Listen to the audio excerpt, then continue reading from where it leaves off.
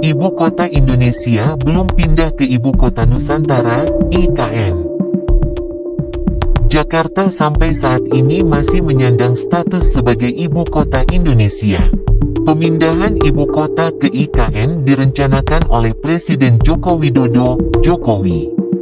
Pemindahan ini tertuang dalam Rencana Pembangunan Jangka Menengah Nasional, RPJMN, tahun 2020 sampai tahun 2024. Proses pemindahan ini diharapkan selesai pada tahun 2045. Beberapa faktor yang mendasari keputusan ini antara lain, sekitar 57% penduduk Indonesia terkonsentrasi di Pulau Jawa.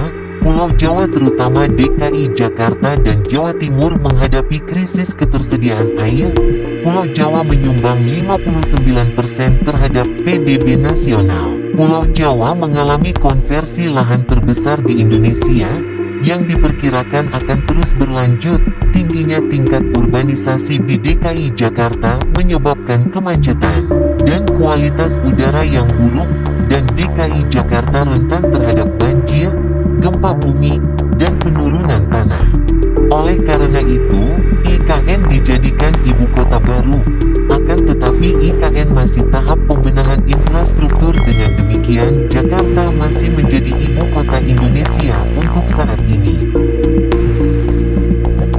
Akan tetapi Presiden RI Prabowo Subianto dikabarkan telah memberikan arahan untuk berkantor di ibu kota negara, IKN.